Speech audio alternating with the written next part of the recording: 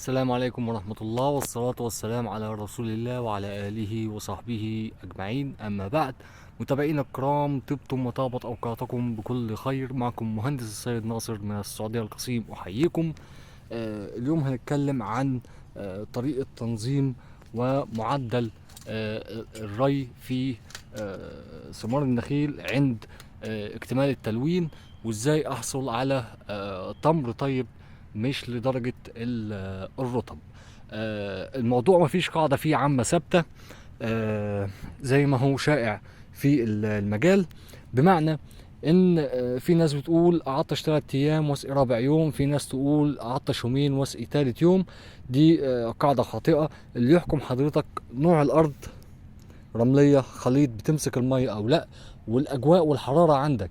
يعني احنا بنبتدي من شهر 5 ميلادي الى شهر 7 ميلادي بنبتدي نقلل معدل المية، لان حضراتكم عارفين النخيل بيحتاج من 200 الى 300 لتر مية على حسب عمرها وعلى حسب نوع الارض. ازاي احكم على المية عندي في النخيل؟ بحكم عليه عن طريق الثمار بالنظر. يعني دي حبة ما شاء الله مكتملة، لكن تحس ان فيها مية زيادة، كويس.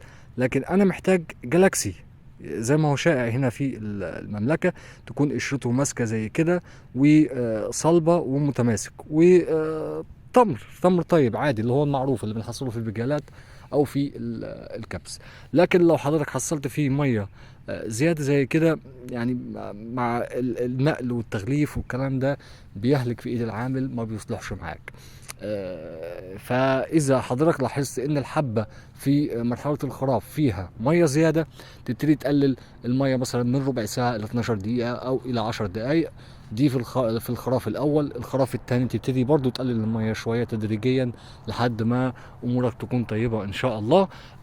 نتمنى يكون فيديو مختصر وسريع، ونتمنى من حضراتكم ما تنسولاش باللايك والشير. الله يجزاكم الف خير، مع تحياتي.